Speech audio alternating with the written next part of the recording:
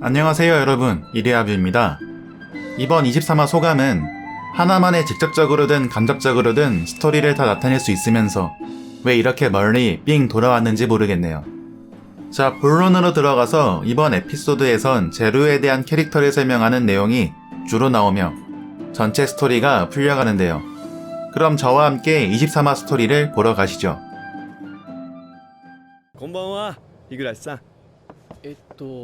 どちら様でしたっけ? 일단 22화에 이어진 현대 시점으로 이야기가 시작되는데요. 둘은 초면인데 키린 오사무는 소우타를 알고 있었고 자신의 토아의 담임이라고 소개합니다. 오사무는 토아가 전학 온 뒤 계속 결석을 하고 있다는 것으로 대화를 이어나가는데요. 神経痛は良くなったのですがリウマチの方がまだ. 아프다길래 걱정했어. 관절염이라며? 그냥 전작에서 가영이가 병으로 결석했던 것을 오마주하려는 시도인 것으로 생각되네요.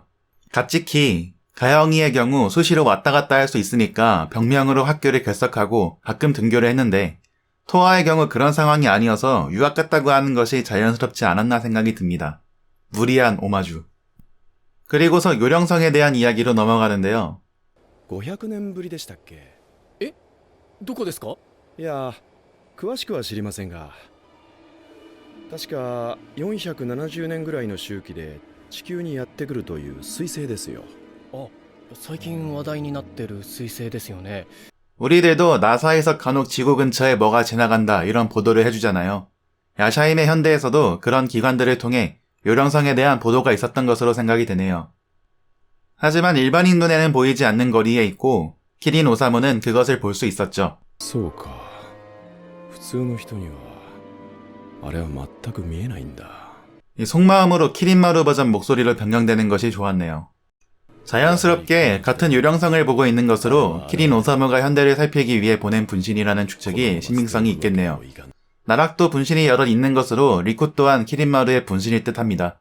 제로가 이걸 물어보는 의도가 참 의아했는데 생각이 많은 저로서는 제로가 세치나의 혈관각성을 이끌어냈고 이 대화로 토아도 힘을 각성시키려는 의도가 있나 생각하게 만들었는데 토아를 노리고 있고 진짜 힘을 발휘하지 못하게 하기 위한 방법을 물어보는 뉘앙스로 생각을 해야겠군요. 일단 제로라는 캐릭터의 자체가 야샤이메들의 처치에 있었으니까요. 여기서 리쿠는 토아에 대해 잘 모르겠다고 하며 지난 21화에서 보여준 토아를 생각하는 마음을 가지고 있는 모습입니다. 근데 제로는 리쿠가 거짓말하는 것을 눈치채죠. 역시 짝사랑 연륜. 제로는 개의치 않고 차를 다려주겠다고 합니다. 후반부에 나오지만 이 장소가 개대장이 숨을 거둔 장소인데 제로가 여기에 차를 끓일 물건과 자재들을 놓는 등 집까지 지어 살림을 차려놓고 사는 것으로 제로가 개대장을 생각하는 각별한 마음을 짐작해볼 수 있겠네요. 이 장면은 세츠나 팔에 생긴 문신이 혈통빨로 세슈마루의 폭세와 같이 세츠나에게 칼이 생길 것이라는 얘기입니다. 토치나는 제로를 퇴치하기 위해 모로아를 고용합니다. 히스이는 제로가 미드에게 사용했던 것으로 생각되는 거미줄을 들고 오는데 이 냄새를 맡아 제로를 추적하려는 모양이군요. 이 정도면 야들이 세슈보다 냄새를 잘 맡을 것 같네요. 키린마루는 대부인마님을 찾아갔는데 정중히 인사를 올리네요. 벗의 와이프인데 개대장보다 루나가 더 대단한 혈통이었을까요? 奥方殿は相変わらずお美しくいらっしゃるようで何より. 키린마루도 자면서 개대장한테 한 수 배웠나 봅니다. 루나는 부인이라 부르는 것을 그만두라고 하는데 개대장과의 과거에 미련이 없는 듯한 모습을 보이고 반요 손녀들도 계집이라 칭하며 그들이 제루에게 어찌되는 상관없다고 말합니다. 뭔가 전작 이누야샤에서 투아왕의 유언을 수행한 루나와는 조금 다른 분위기네요. 전작에선 세슈마루에게 생명의 무거움을 깨우쳐주고 링을 살려준 자애로운 느낌이 있었다면 현재는 철저한 요괴로서 개인주의 사고를 가진 모습입니다. 이거 마지막 부분에서 풀이함. 오프닝에 나온 시간의 풍차인데요. 어떤 시간이 멈춰있는 것으로 생각이 되네요. 여기서 또 다음화가 최종화인데 새로운 이야기가 나오네요. ここ数年アクルの姿も見かけておらぬ。殺生丸もアクルの風車が見つからぬようで難儀しております。殺生丸には身の丈にあった暇つぶしであろう。 이런 대사들을 볼 때 뭔가 키린, 루나, 세쇼 셋이서 어떤 일을 계획하고 있는 것으로 보입니다. 요령성에 관한 일이 아닐까 생각하네요. 15화부터 의문이 들었던 건데 왜 하필 루나의 궁전으로 요령성이 떨어졌을까? 22화에서 나온 과거 요령성이 떨어지는 것도 이곳에 루나의 궁전을 지은 어떤 이유가 있을까요? 토아는 제로, 세츠나는 리쿠를 상대하게 되는데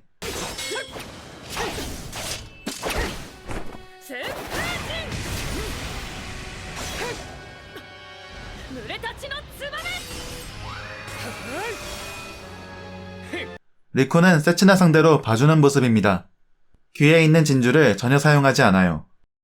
모로아도 가세하는데 여기서 오지는 웃음벨 하나 나옵니다.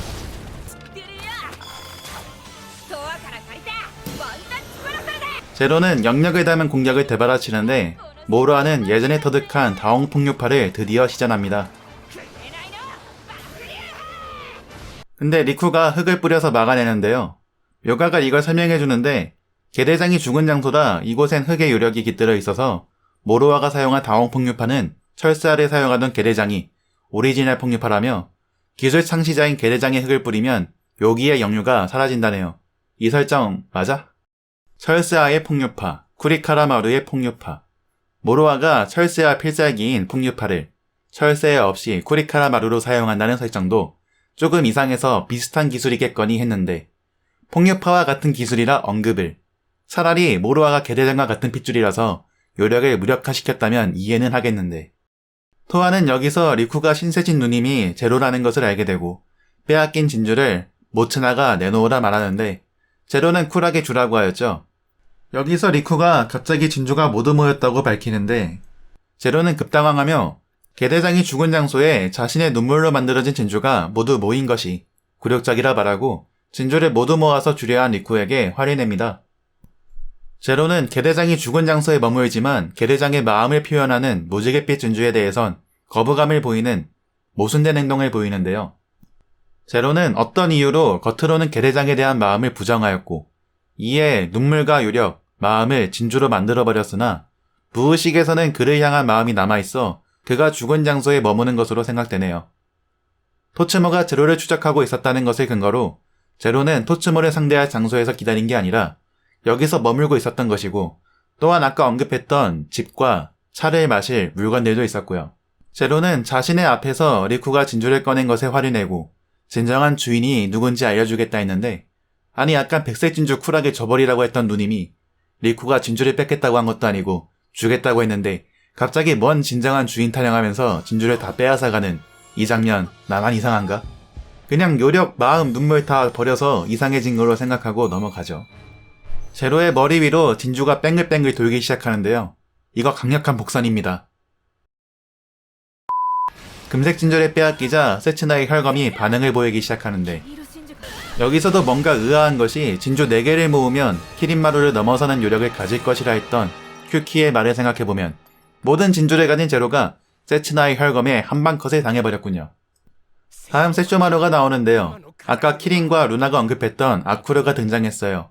아까 제가 추측했듯이 셋이 뭔가 일을 하고 있고 물레를 작동시키기 위해선 아쿠르가 필요한 것으로 보이는데 자케는 저런 중요한 인물의 무관심한 세쇼의 태도를 보고 당황한 모습입니다. 그리고 시대수 안으로 들어가죠.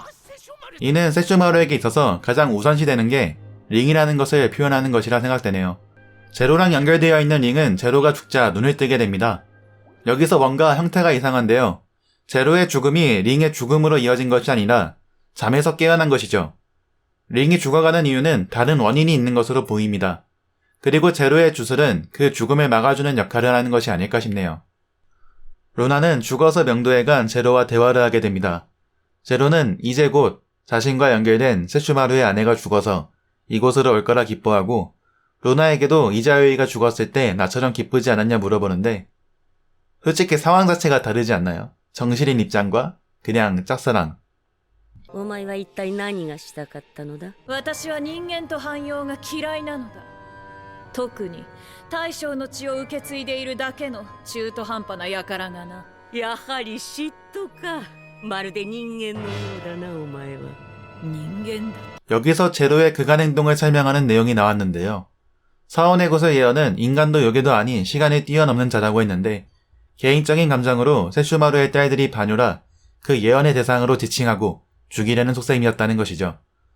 私のどこが人間なのだ。哀れよの。恋焦がれた女 어쨌거나 이번 화에서 루나와의 대화를 통해 계대장을 향한 제로의 마음은 사랑이란 것이 밝혀졌네요.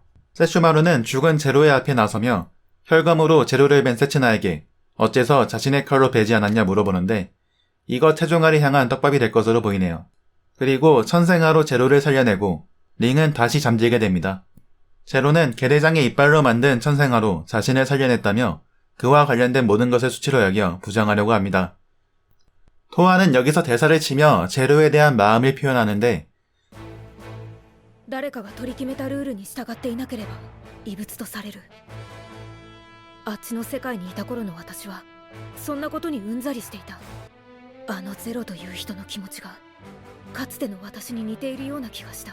작중에서 계속 요괴와 인간을 구분짓는 모습과 23화에 대한 루나의 모습을 생각해본다면 토아가 말한 누군가 정할 룰이란 것은 제로에게 요괴로서의 룰, 사랑에 대한 감정을 나타낸다고 생각이 들고 23화에서 루나를 요괴의 룰로 표현하며 사랑하는 사람이 죽은 것에 미련이 없는 모습을 보여줍니다. 반면 제로는 계대장이 죽은 것에 슬퍼하며 이런 일들을 벌였죠. 요괴의 룰로 표현되는 루나는 이런 제로를 인간 같다고 말합니다. 즉 제로는 요괴가 볼 때 요괴가 아닌 인간과 같은 인물이고 토아는 이것을 느낀 것 같네요. 토아도 전국시대에서 살다가 인간들의 틀에 맞춰 산 것에 답답함을 느낀 것이고요. 근데 토아는 제로에 대해서 뭘 안다고 이런 해석을. 아무튼 제로가 원한 것은 전작에서 이누야샤가 힘을 위해 완전한 요괴가 되길 원했다면 제로의 속마음은 계대장에게 선택받은 인간인 이자요이를 부러워하였고 사원의 구슬에 인간이 되고 싶다는 소망을 요력, 눈물, 마음을 버리는 것으로 소원을 빈 게 아닌가 싶습니다. 제로는 계대장의 이빨로 자신을 살려낸 것에 분노하고 천생아를 부숴버립니다. 그리고 리쿠에게 자신의 요력인 무지갯빛 진주를 달라 하는데 마침 키리마루가 등장하며 끝납니다. 등장씬 무엇, 그냥 걸어오는 게 낫겠다. 이번 화는 내용이 많아서 아우트로 대사를 내용 안에 다 넣었어요. 다음은 최종화를 앞두고 있는데 분석 영상으로 찾아뵙죠. 빠잉.